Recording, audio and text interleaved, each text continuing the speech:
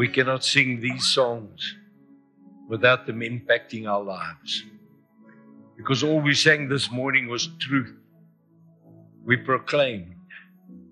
While we were singing the song, the scripture came into my heart. Galatians 2:20. I was crucified with Christ. I no longer live. But the life I now live, I live to the glory of Jesus Christ. I will not relent, Lord, until you have all of me. The problem is, and the issue is with all of us, in many areas of our life, God does not have all of us. Although He has all of us. But in my heart, I need to catch up with the honest belief to know that He has taken hold of me. And we live differently when we begin to understand that. We act differently, we speak differently. Come, let us just commit this word into God's hands. Father, all I can pray today, Lord Jesus, that the Holy Spirit will speak. That man won't speak. And that you prepare the hearts, Lord, to receive the seed of your word. And even as we have acknowledged the beautiful rain that you send that brings life, so your word says, as the water falls from heaven, we cannot take it back. So your word, when you've spoken it, will not return to you void or empty. So I have this confident assurance this morning. Whatever the word that goes out, for those that would have ears to hear your word, it will accomplish great things in the hearts and lives of the hearers. We thank you for that this morning, Lord. Come and have your divine, awesome way. We just welcome you, Holy Spirit. We ask it this morning, believing it in Jesus' name. Amen. Thank you, Jesus. Praise God. It's so good to have everybody here. Obviously, those that are here this morning are not bang of getting wet. Even though you came in your bakkie and not on your bike. But I'm proud of you. I must confess, sometimes I'm also a fair weather rider. Ek's nie bang vir die reën nie, maar ek haat 'n vuil motorfiets. Om 'n G skoon te maak is 'n hele event. Seriously. Die hele dag, ja. Amen. So it's such a privilege and an honor for me. We've had some of the most amazing meetings this week with our board of directors and our synchro meeting. God just deposited something beautiful in the midst of our ministry. And we are entering exciting times. We're entering exciting times in the ministry. One of these days, you're going to celebrate 40 years of Bikers Church. Still a God idea? Wasn't a good idea. God's doing amazing things. When I hear the testimonies of what's happening in this church, I've prophetically spoken a long time ago that we will see great things. And God prepares and grows people to do what He wants to do. Hy gaan nie 'n slap Christian gebruik nie. He moves with the movers, He doesn't sit with the sitters, God. So yeah. So today I just want to honor Hector and Corrine that I have the privilege to be able to come up and take this pulpit and share the word of God this morning. And also to all our CMA family that's here today. Thank you, and thank you for the church to accommodate us. Dis mans is nogal oulik. So hulle gee nie om nie. So this morning I want to share with you something that really is burning strong in my heart. So it's a bit of a tough sermon. So if you do have a safety belt on your chair, maak hom nou vas. But I want to talk to you, and it sounds crazy that it can be a tough sermon when I make this statement. And it's called the empowered Christian. Ons is ingeprop in die wynstok. Amen. And there is a power that is released into our lives. And we are empowered Christians. Say, I'm an empowered Christian. Yeah, it's the truth. You see, God has this amazing master plan, the master's plan for every one of our lives. Whether you're saved or unsaved, God has a master plan. And that master plan, says Peter, that He wants none to be lost, but that all should come to the saving grace of His Son. God wil hê dat ons kinders van die Here sal wees. And we'll invite Him into our lives. But even it was so beautiful to sing these songs because they don't know what I was going to share this morning, but we think of those words that we sang about how He came and how He filled us and how He set us free. God has this amazing master plan for you. Do you believe that this morning? The Master has a plan for me. That is amazing. That is awesome. It's exciting to know that. And so to fulfill that master plan in your life, He's made you and He's empowered you as a Christian. So the day you give your life to Jesus, you've tapped into the greatest anointing, the greatest ability to live a life that is not natural to the normal people. Dis 'n bonatuurlike krag wat ons vat. So if you look at that picture over there, I mean, that plug, that's an American plug, I can check. It's got those two little oogies. But the point is, and I said so at our prayer meeting the other day, I said to the guys, you know what? God's power is always available. We need to tap into it. I said, just go to a plug, and I dare you to put on a plug and stick your finger in the socket there. And you're going to get a rude awakening because there's krag. We need to tap into who we really are already. Amen. And so what I want to say is, when I talk about empowered, that word empowered means to give power and authority to. God has given you power and He's given you authority to walk in a life that is a fulfilled life, that's a joyous life, that's a passionate life, that's an exciting life.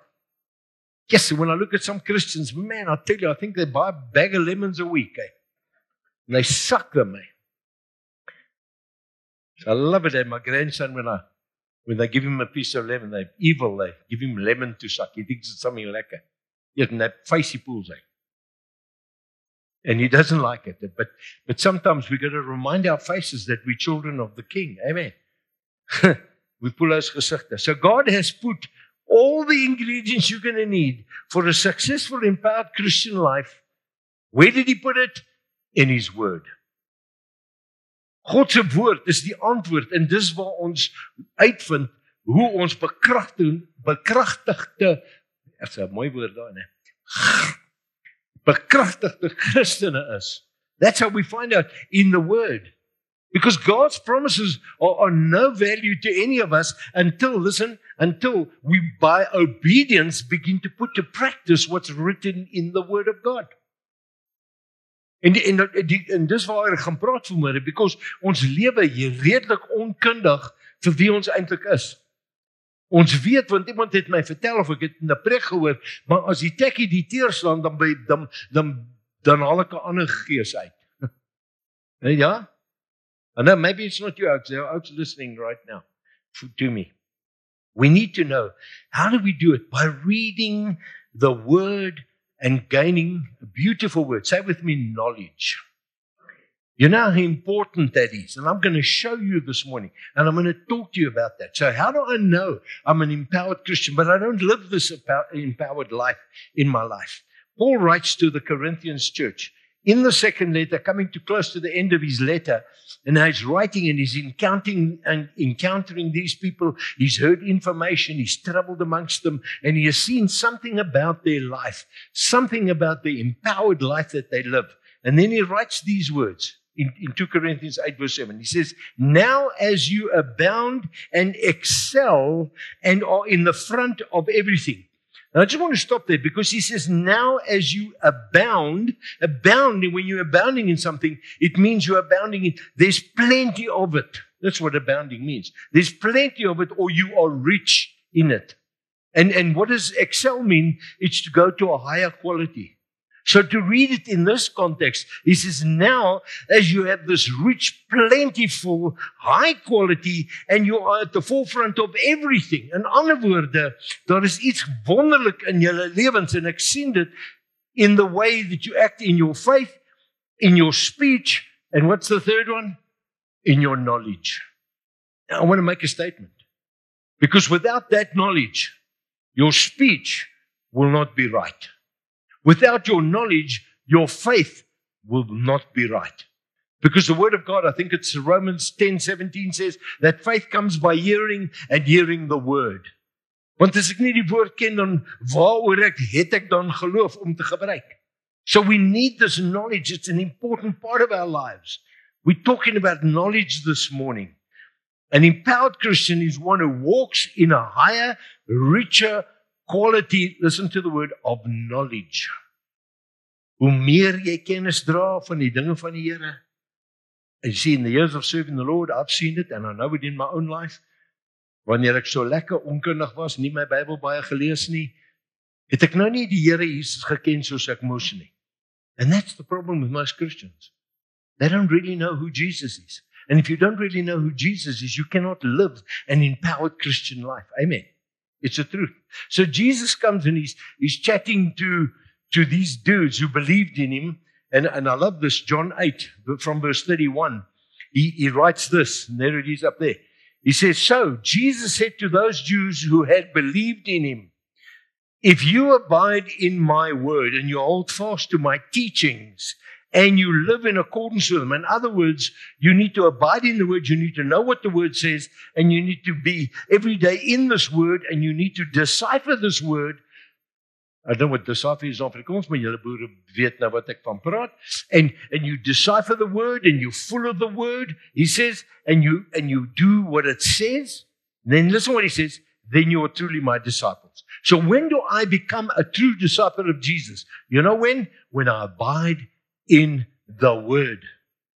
Because it's difficult to be a dynamic, empowered Christian if I don't know what the word says.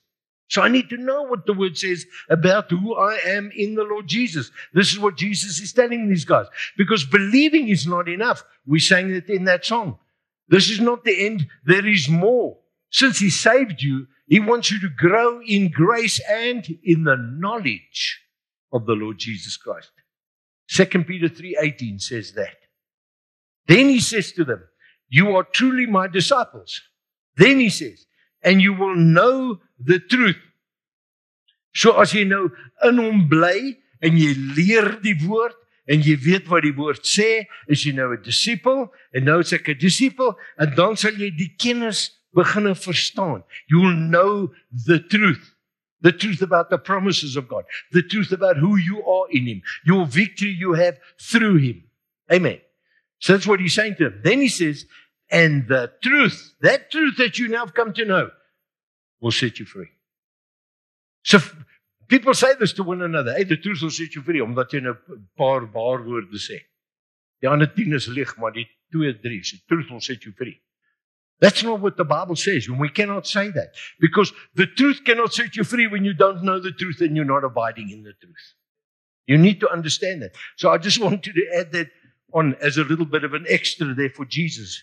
Because I say this, the level of your knowledge will empower you to walk in faith, in righteousness, in holiness, in commitment, and an overcoming lifestyle. The more I know about Jesus, somebody sent a quote, and I think it was Tozer. The closer I get to Jesus, the less I want to sin. Amen? The more I get to know God, the less I know that I can be like him. Because I know I need to be humble before the King of Glory, of who I am and who he is. It's clearly an empowered Christian life. Listen to this, Matthew 12:33, Jesus speaking. And he compared us to a tree. And he says, a tree, a man, is recognized by his fruit. Now, I've said this many times, and I use this a lot at home. But if you come up to a pawpaw tree and you see mangoes hanging there, you know there's a serious problem. Now, that's exactly what Jesus is saying. Because you realize you cannot give what you don't have. Jy kan net die kennis wat jy opdoen en wie jy weet in Christus, that's how you begin to walk in a different way of life, in a different bold kind of way of life. You walk like an empowered Christian. So that brought me to the story, and many of you know years ago in Germany they had East Berlin and the West Berlin. West Berlin was the Free Oaks and the East Berlin were the communist dudes. And it wasn't a lekker place. Even their cars and everything. Alles was grys and boring and terrible. And they never had. Communism's never worked. Anyway, just take that for granted. Okay. So one day these communist East Berlin dudes decide. And they take a truck. And they load this truck with the filthiest, stinkiest garbage.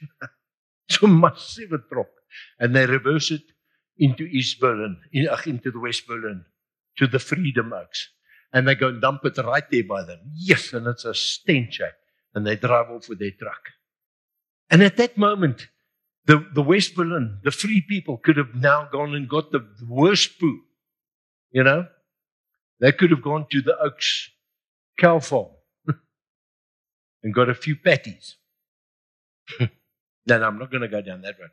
So, but I mean, they could have really just excelled in reciprocating this filthy stuff they sent. But you know what they did? And here's the wonderful thing. Because in the communist Germany, they didn't have stuff. They didn't have nice foods and stuff like the West had. It's wonderful about living in the freedom of Christ, isn't it? So what they did is they loaded a truck, but they loaded it with canned food, fancy goodies, bread and milk. And they came and they drove up to East Berlin and they packed it, massive a thing, packed. And that's what they gave. But they put this massive stick inside this pile with this incredibly large writing. And the large writing said this: each gives what he has. Isn't that so wonderful? Because you see, in so many Christians, we always want to load poo when we should be doing good. But each can only give what he has. And that's why I said earlier, what is in you will come out of you. Jesus said it. A tree shall be known by its fruit. Here Paul commends the church in Rome. Listen to this in Romans 15:14. He says, personally, I am satisfied about you. Is dit nie wonderlik nie? Hy kyk so na die kerk en hy dink aan al die ouens wat hy ontmoet. And look, in every church is the afwykers, né? And die slappes. And the non-committeds. But yeah, he's talking to a group of people and he says, personally, I'm so satisfied about you, my brethren, that you yourselves, listen to what they are. This is why he's satisfied with them. He says, you are rich in goodness and you are amply filled with all, and listen what they're filled with, spiritual, what's that word, church? Knowledge. Why is he happy with them? Because it's the knowledge that has made them to be the wonderful people that they are. He says, and you are competent to admonish, to counsel, to instruct one another. That word admonish means to urge, advise, remind, to warn, to encourage, to be an upliftment to one another. I cannot uplift another Christian when I don't even know where my victory is in Jesus. And the problem is when you don't know the word, you're always wanting somebody to come and kill your kop. And you become melkies voer. And we must stop that. We must start becoming encouragers. That's what God has called us to do. That is part of the growth process of our lives. Don't ever underestimate the krag van kennis. That's what Peter says. 2 Peter 1 verse 2 and 3. I love this because he puts such a nail on this knowledge thing and how important it is. He says here, grace and peace be yours in abundance. Isn't it beautiful to have grace and peace from God? Isn't that wonderful? Amen. Everybody wants grace and peace from God. But listen to this. You can have it in abundance. But this is how you get it. How? Through the knowledge of God and of Jesus our Lord. Our peace and our grace that comes from God, we get it. How? Through the knowledge. Om die skrif te begin leer, om kennis op te doen. So that we can live like empowered Christians. Because he says, His divine power, God se goddelike krag, has given us everything we need. He's given us how much, church? Everything we need. You lack nothing. That's why I said to you, you are already an empowered Christian. The problem is you don't fully realize it. That's why you're not living it. He says, because you have everything you need for life and godliness. How do we get that? Here it is. Through our knowledge of Him who called us by His own glory and His own goodness. Ek moet kennis opdoen van die dinge en die goedheid van die Here. In Jesus' own words, in Matthew 13, 11 and 12, here's a bit of a paraphrase thing, but Jesus says to His disciple, the Holy Spirit brings knowledge to us about the secrets of God. Dis hoekom ons moet bid dat die Heilige Gees die skrif vir my oopmaak. Because intellectually you're not going to understand it. The letter kills, but the Spirit brings life, says the Bible. So as jy die skrif lees, en jy's ingestem, en jy's 'n kind van die Here, God begins to reveal scriptures to you.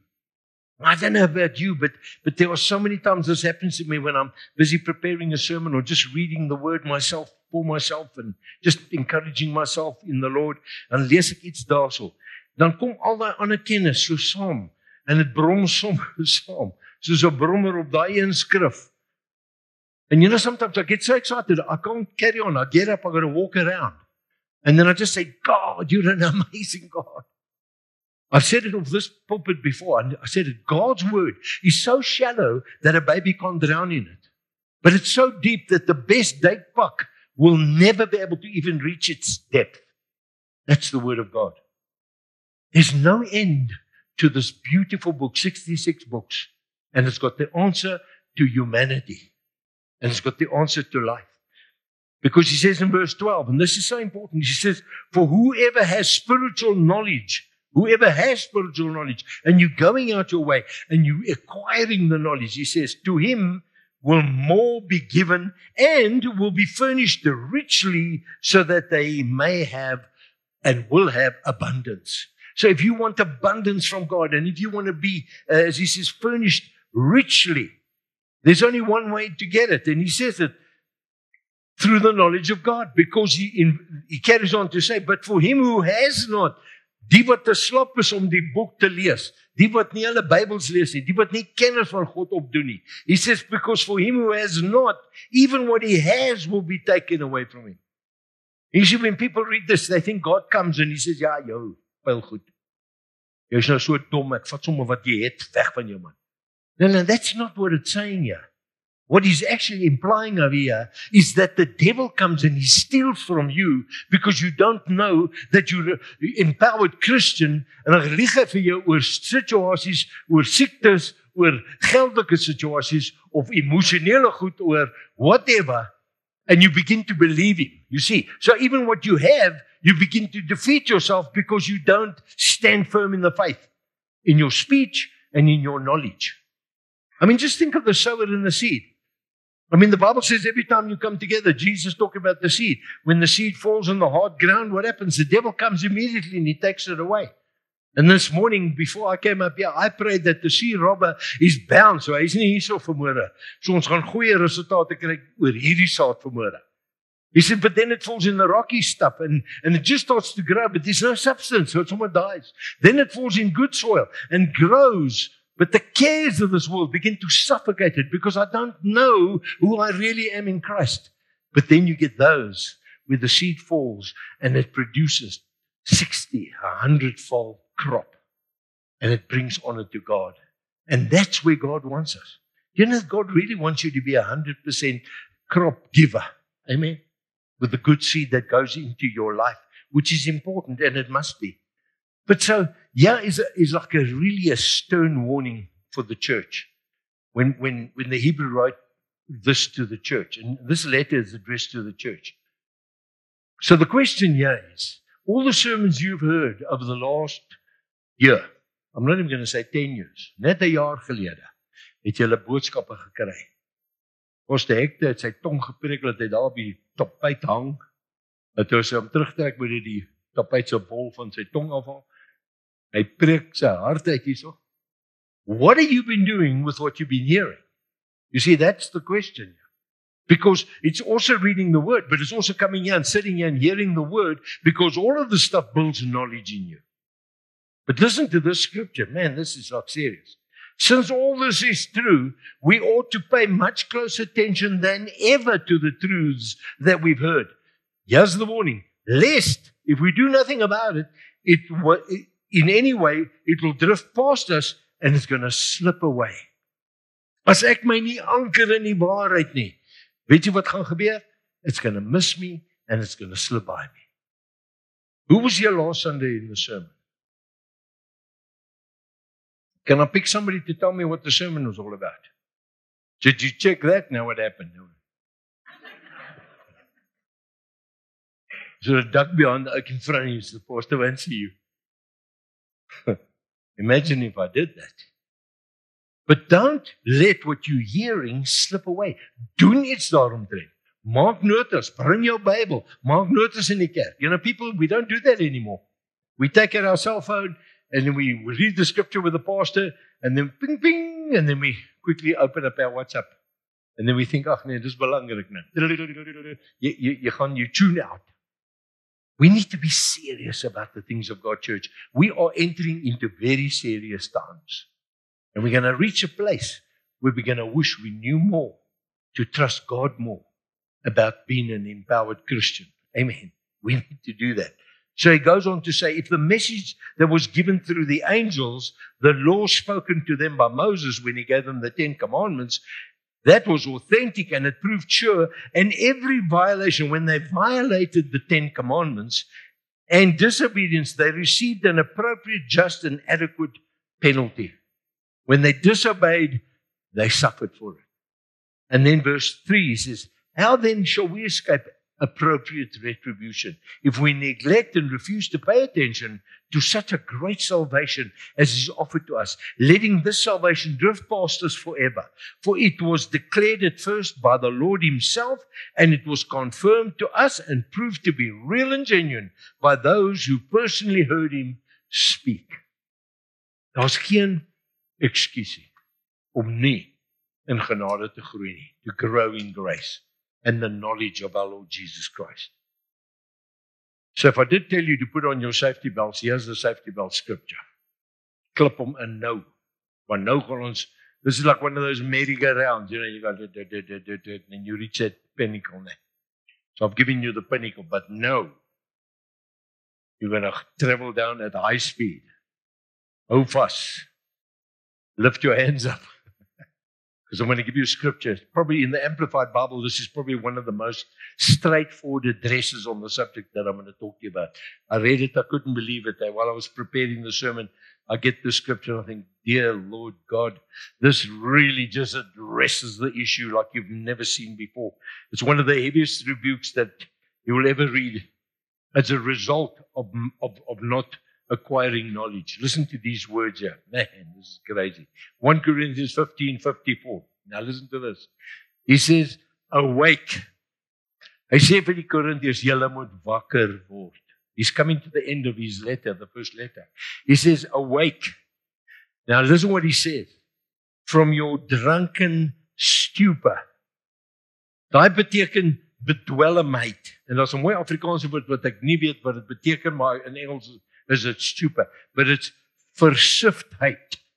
Wie weet wat is versifdheid? Dis like.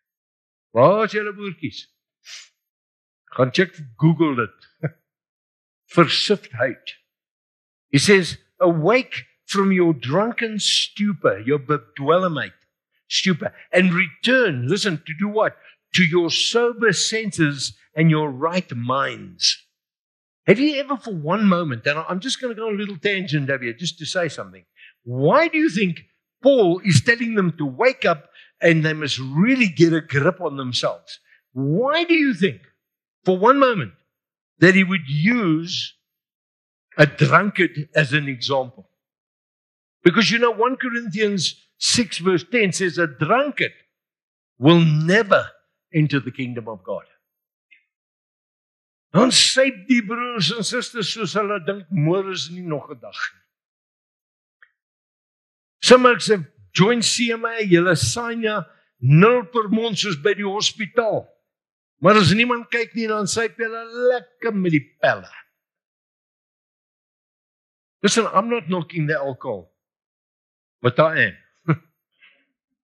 But why would Paul use this as an analogy to wake us up? He says, listen, when you drunk, listen, ek was baie dronk in my lewe. Ek was in plekke waar ek nie weet hoe ek by die huis gekom nie. I'm thinking to myself, if you're a Christian en jy het 'n paar lekker paar happe in, en jy's nie, I love it, ek sê, nee, ek kan 3 glase wyn of 'n bottel wyn drink, dan is ek nog reg. Jy praat absoluut, wil ek dit nou eintlik sê, maar gaan nie, want dis 'n vloekwoord. Jy praat nonsens. Because you see, the moment you indulge yourself with alcohol, your front portal over here, just go read it. I'm not telling you a story, it's the waarheid. You don't think naturally anymore. God can do nothing with you when you gesyp. Because you cannot think logic. Imagine, you're like a drunk and you're lying, and Jesus comes. A drunken will never enter the kingdom of God because you won't be able to. He knows. Swart koppie skat, die Here kom. That was that story about the Germany when he was flying. And he got closer to heaven and he was taking double brandies. And then and keeps ordering him. And then the lugwarden said, listen, ek is nou siek vir jou oom. Want hy vra die hele tyd, hoe hoog is ons in die hemel? En toe raak sy nou dik en sy sê, oom, ons is amper by die hemel. Sy sê, lugwardennetjie, bring vir my 'n peppermentjie.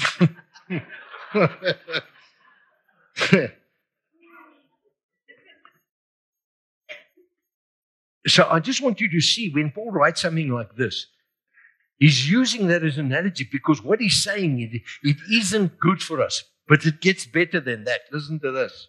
He says you must get to a sober sense and in your right mind, because you're not in your right mind when you've been boozing. He says, in your right minds, and sin no more. Not some more.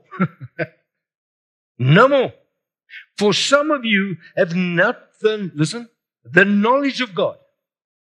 Dis hoekom julle net lewe soos julle wil, want julle het nie die kennis van 'n heilige God nie. So die bietjie kennis wat julle het, sleep julle maar net saam. Dis maar 'n daaglikse ding. He says, and sin no more. For some of you have not the knowledge of God. You are utterly and willfully and disgracefully ignorant. And you continue to be so, lacking the sense of God's presence and all true knowledge of Him. I say this to your shame. Isn't that the fattest rebuke on this subject? Because Paul knows something. He knows that everybody he's talking to are empowered Christians, but they're not living it because they don't know. So he says it's to your shame, he says this. Proverbs 1 verse 7 says, the reverent, die eerbiedige, worshipful fear of the Lord is the beginning and the principal choice part of what, church? Of knowledge. To fear God, you've got to know who God is. You've got to know He's a holy God. You've got to know about Him. Knowledge. It's a starting point. It's the essence. Now listen to this. But fools despise skillful and godly wisdom and instruction and discipline. Fools don't do it. I make this statement today. Wisdom is the ability to use knowledge that you've received wisely. That's what it is. People say, what is wisdom? Wisdom is to use the knowledge of the Word of God wisely. When you're in a crisis, you've acquired knowledge. The Bible says the fruit of the Spirit is love, joy, kindness, gentleness. Sit terug. Moenie nou jou opinie kom lê nie, want jy weet jy het dit gehoor. Nou met wysheid hou jy jou bek. Bek, soos in Kaapstad. Bek. Knowledge is so important. Listen to this in Isaiah 11 verse 9, the B portion. He says, for the earth shall be full of the knowledge of the Lord as the waters cover the sea. In ander woorde, oral is die kennis van God. And where do we find that kennis? In His Word. We need to read the Word. Proverbs 1:22 says, how long, O simple ones, open to evil, will you love being simple? And you scoffers, and you delight in scoffing, and self-confident fools who hate knowledge. You see, the Scripture really addresses a very important aspect of our life. Because it's not so much if you say to someone, do you hate knowledge? No, it's not about hating knowledge, but what it's saying, it's a deliberate, an opsetlike keuse not to acquire knowledge and also be obedient to the knowledge. Now, I wasn't going to use that scripture, but Hosea 4 verse 6, Hosea 4 verse 6 says, my people are destroyed, what? For a lack of knowledge. But that's not what all it says in that very same verse. It says the knowledge of the law, the knowledge you've acquired, you're not even using that.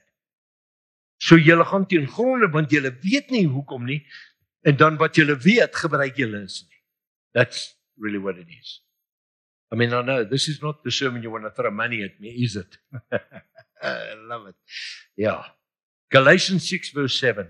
Here's just a little warning Paul gives to the Galatians church, but the word of God was written for us so we can listen to it. He says here, Galatians 6 verse 7, do not be deceived or deluded or fooled or misled. Don't be like that. Why? Because God will not allow himself to be sneered at, scorned, disdained or mocked by mere pretensions or professions or by his precepts being set aside. In other words, jy sê jy's 'n kind van die Here, maar jy lewe nie die lewe nie. Hy sê, God is not mocked, man. Because you know what? It mocks God. When we're telling people we are Christians, but when they look at our behavior, then they say, yes, as little Christians, wil ek nie 'n Christen wees nie. Many people say that. Because he says he inevitably deludes and fools himself. You're only fooling yourself when you do that. Who attempts to delude and fool God. For whatever a man sows, that and only will he reap. So if I sow good stuff, I sow the knowledge of God, I walk in the anointing and the power that God has given me, that I'm going to reap in my life. Sometimes we must check our lives out. As dit nie lekker gaan nie, kyk wat gooi jy in die grond. Because you can, whatever you plant is going to grow. Amen.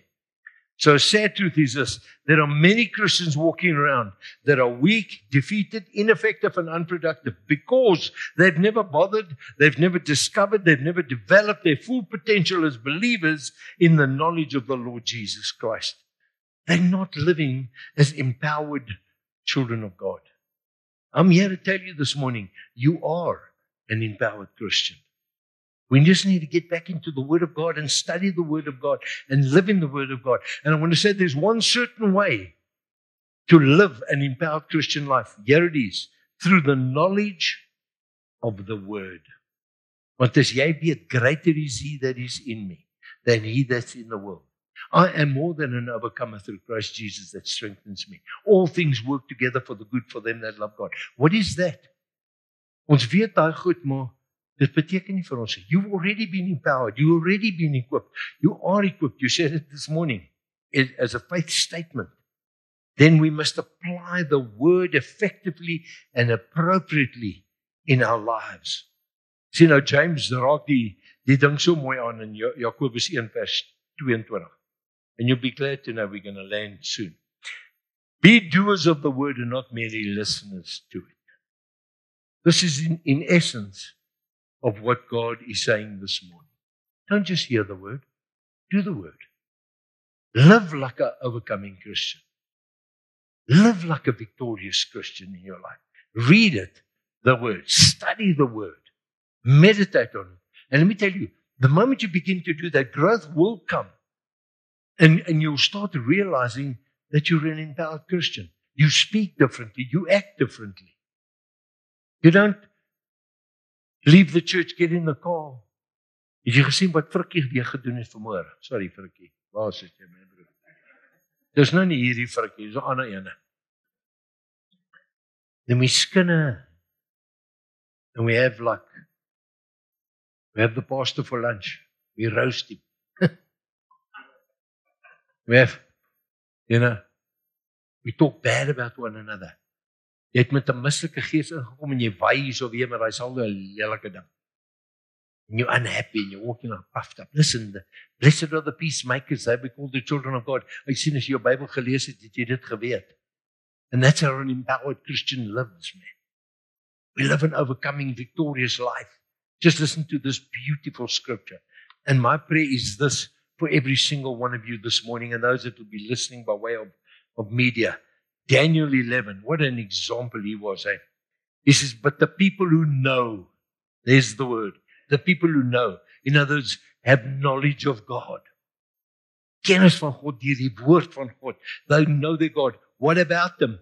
He says, shall prove. You see, when you hit a mango tree, hy dra mangoes, not pawpaws.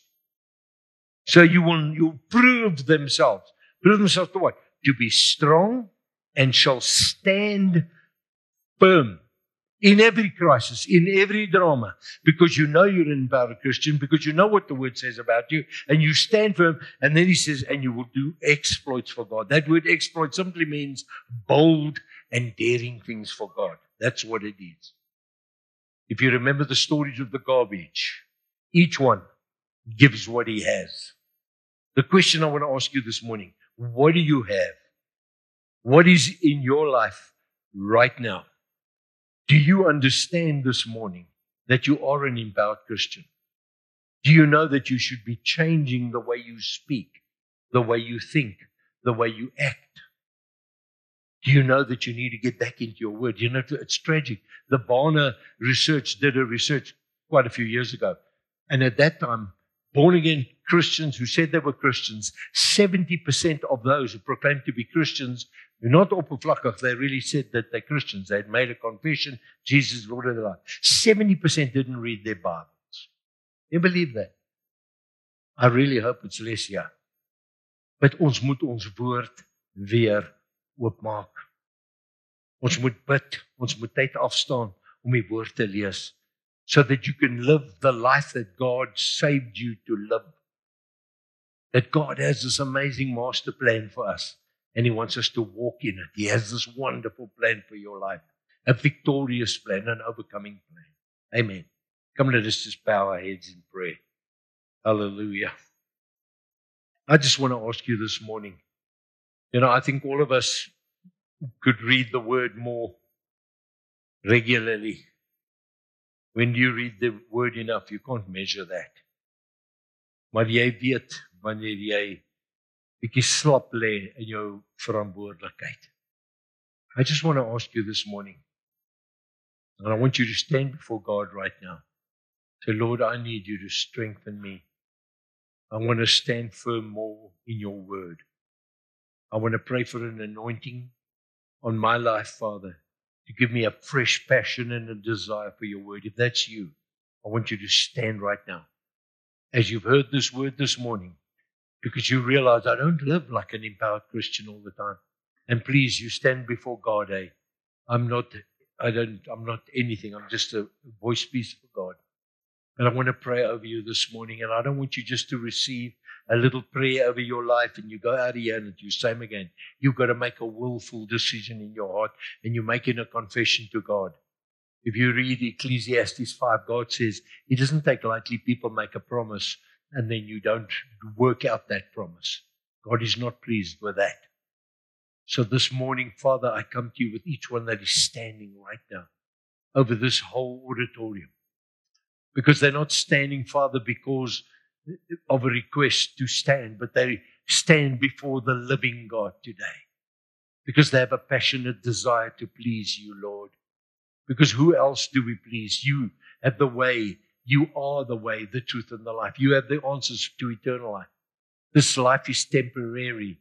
And Lord, as Paul wrote to the church and said, our momentary troubles, hardships, and difficulties are only temporary for the great glory that we will receive one day. But while we're here, Lord, you've equipped us with all divine power to live a life that is full, blessed, the abundant life, the full life. And I pray that over each one of us today, Father, give us a fresh hunger and a thirst for the Word of God.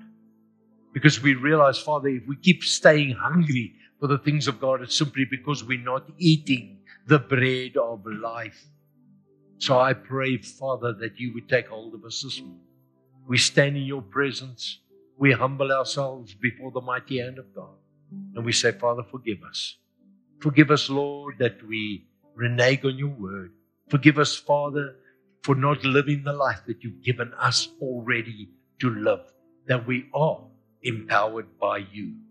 All authority in heaven and earth is given to you, and you said to us, go. You've empowered us. We are equipped, Lord, to live this victorious, wonderful life.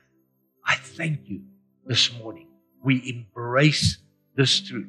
Come down now, Holy Spirit, and embrace each one that is standing. Lord, may they be conscious of the beautiful presence, because you love us so much. You want us better, Father. You want us to grow in the knowledge of your Son, Jesus. Do that for us, Father, in this morning hour.